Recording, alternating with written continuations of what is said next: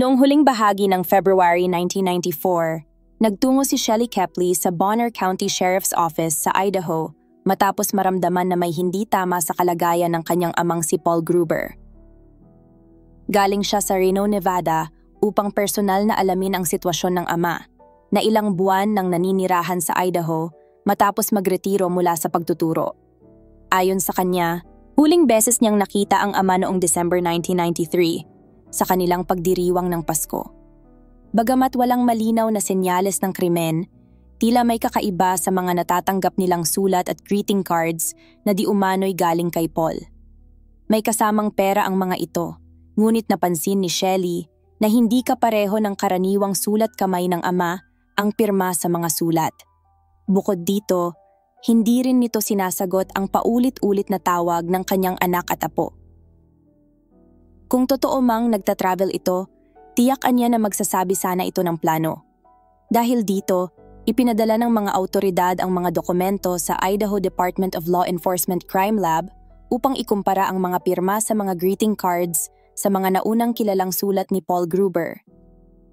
Gayunpaman, hindi sapat ang dami ng mga sample upang makapagbigay ng tiyak na konklusyon. Bagamat may posibilidad, hindi ito sapat upang tuluyang mapatunayang siya ang may gawa ng mga lagda. Kahit walang matibay na ebidensya ng foul play, minabuti ng pulisya na imbestigahan ang kaso. May kapangyarihang legal si Shelly na asikasuhin ang ari-arian ng ama bilang may hawak ng power of attorney.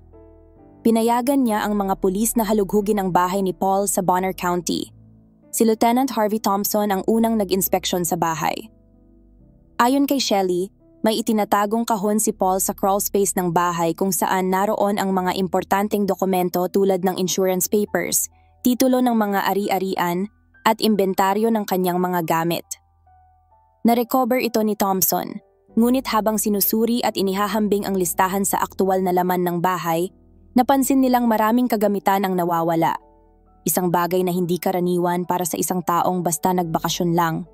Kasama sa mga nawawala ang ilang kagamitang teknikal tulad ng computer equipment, gun safe, at iba pang personal na gamit. Lalo pang ikinabahala ng mga investigador ang pagkawala ng isang baril, isang detalyeng hindi nila minamaliit. Dahil dito, tila may batayan ang pangamba ni Shelly. Bagaman wala pang natatagpo ang bangkay o direktang ebidensya ng krimen, nagsimulang maghinala ang mga awtoridad na maaaring may masama nang nangyari kay Paul Gruber. Habang nagpapatuloy ang investigasyon, natuklasan ng mga pulis na aktibo pa rin ang mga account sa bangko ni Paul.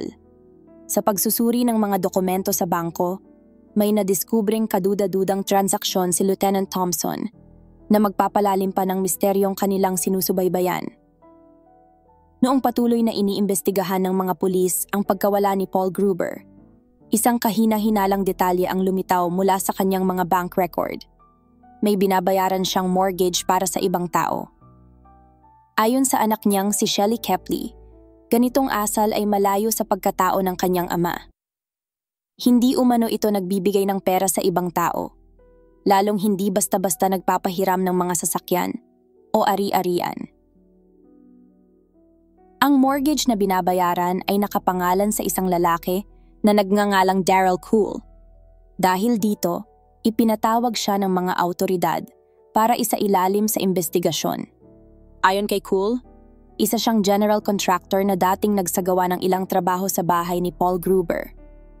Noong February 27, ikinuwento niya na nagsisimula siya noon ng isang home security business at ilang iba pang negosyo kung saan pumayag daw si Gruber na maging mamumuhunan. Ngunit imbes na magbigay ng aktwal na pera, sinabi ni Cool na si Gruber ay pumayag na siya na lang ang magbayad ng mortgage bilang kapalit ng pamumuhunan. Para sa mga investigador, ang ganitong uri ng kasunduan ay hindi kapani-paniwala. Upang matiyak kung pareho nga ang taong tinutukoy nila, ipinakita ng pulisya kay Cool ang litrato ni Paul Gruber, ngunit hindi niya ito kilala. Ayon kay Cool, hindi iyon ang lalaking nakausap niya. Lumalabas na may isang tao ang nagpapanggap bilang si Paul Gruber. Pinakiusapan si Cool na ilarawan ng lalaki sa isang police sketch artist upang makabuo ng imahe ng impostor. Isinama ng mga awtoridad ang sketch sa kanilang canvassing sa kapitbahayan ni Gruber Ngunit walang nakapagsabi kung sino ang lalaki sa larawan. Dagdag pa, matagal na rin pala mula nang huling makita ng mga kapitbahay si Gruber. Isang mahalagang lead ang sumunod na dumating. Nakipag-ugnayan ang manager ng lokal na post office at sinabing hanggang ngayon ay may kumukuha pa rin ng mail ni Paul Gruber mula sa kanyang PO box. Ibinigay ng manager ang CCTV footage mula sa lugar kung saan makikita ang tatlong lalaking pumupunta sa naturang mailbox sa magkaibang oras. Isa sa mga ito, bagamat bahagyang nakatalikod, ay kahawig ng mukha ni Daryl Cool. Dahil dito biglang naging pangunahing suspect si Cool. Nakakuha ang mga investigador ng search warrant para sa kanyang bahay. Doon, nakakita sila ng mga kagamitan tulad ng tools, electronic equipment, at iba pang bagay na tugma sa mga nawawala mula sa bahay ni Gruber.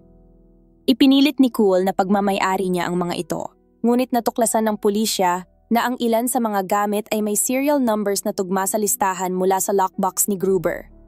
Bagamat pinaniniwalaan ng pulisya na pinatay ni Cool si Gruber upang gamitin ang kanyang identity at makinabang sa kanyang ari-arian, wala silang sapat na ebidensya para sa kasong murder. Posible lamang ang mga kasong theft at forgery, ngunit hindi pa rin sapat kung walang bangkay. Ipinag-utos ni Lieutenant Thompson ang masusing paghahanap sa bahay ni Paul Gruber, at sa ilalim nito, napansin ng isa sa mga investigador ang kakaibang paglubog ng lupa sa crawl space. Matapos ang ilang oras ng paghuhukay, mga 2 talampakan pababa, naamoy ng mga pulis ang amoy ng nabubulok na bangkay. Sa wakas, natagpuan ang katawan ni Paul Gruber, tuluyang nalalapit ang paglutas sa misteryo ng kanyang pagkawala. Natagpuan ang bangkay ni Paul Gruber na nakabalot sa isang air mattress at nakalibing sa ilalim mismo ng kanyang bahay. May 6 na tama ng bala sa katawan. Naniniwala ang mga pulis na siya ay pinaslang upang bigyang daan ang pagnanakaw ng kanyang pagkakakilanlan at kayamanan. Si Daryl Cool ang pangunahing suspect, ngunit kailangan pa itong mapatotohanan. Ipinadala sa crime lab ang mga greeting card na natanggap ng anak ni Gruber na di umano'y mula sa kanyang ama. Inalis ng mga examiner ang mga selyo mula sa sobre upang maghanap ng DNA mula sa taong nagpadala nito. Ayon kay Carla Finis, mula sa Idaho Department of Law Enforcement Crime Lab, mahirap makakuha ng sapat na DNA mula sa likod ng selyo dahil ito ay galing lamang sa laway ng taong lumagda, na mas kaunti kaysa sa sample ng dugo. Sa kabila nito, nagawa pa rin nilang makuha ang isang maliit na trace ng laway na ginamit upang makabuo ng DNA profile. Kinailangan nilang makahanap ng source para ikumpara ang DNA na iyon. Kahit ipinagkakaila ni Daryl Cool ang lahat, siya ay naaresto dahil sa hinalang pagpatay kay Paul Gruber. Agad kinuha ng pulis ang kanyang blood sample na ipinakumpara sa DNA mula sa selyo. Walang alinlangan, ang resulta ay nagpapatunay na si Daryl Cool ang lumagda at siya ang nagpadala ng mga sulat. Nalaman ng mga investigador na may history si Cool ng mga panloloko sa negosyo. Nakita niya si Paul Gruber bilang madaling biktima, ngunit tila hindi nagpatalo si Gruber sa kanyang mga scam. Nang mabigo ang panlilinlang, pinaniniwala ang nagbago ng plano si Cool.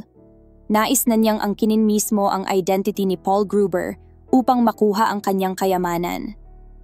Nahuli si Daryl Cool at napatunayang guilty sa first-degree murder, pandarambong at panlilinlang. Siya ay nahatulan ng 25 years para sa pagpatay at karagdagang 25 years para sa pandarambong. Ipinakita ng kasong ito na may mga mandaraya na sinasamantala ang kahinaan at pag-iisa ng kanilang mga biktima upang maisakatuparan ang kanilang mga mapanlinlang na plano.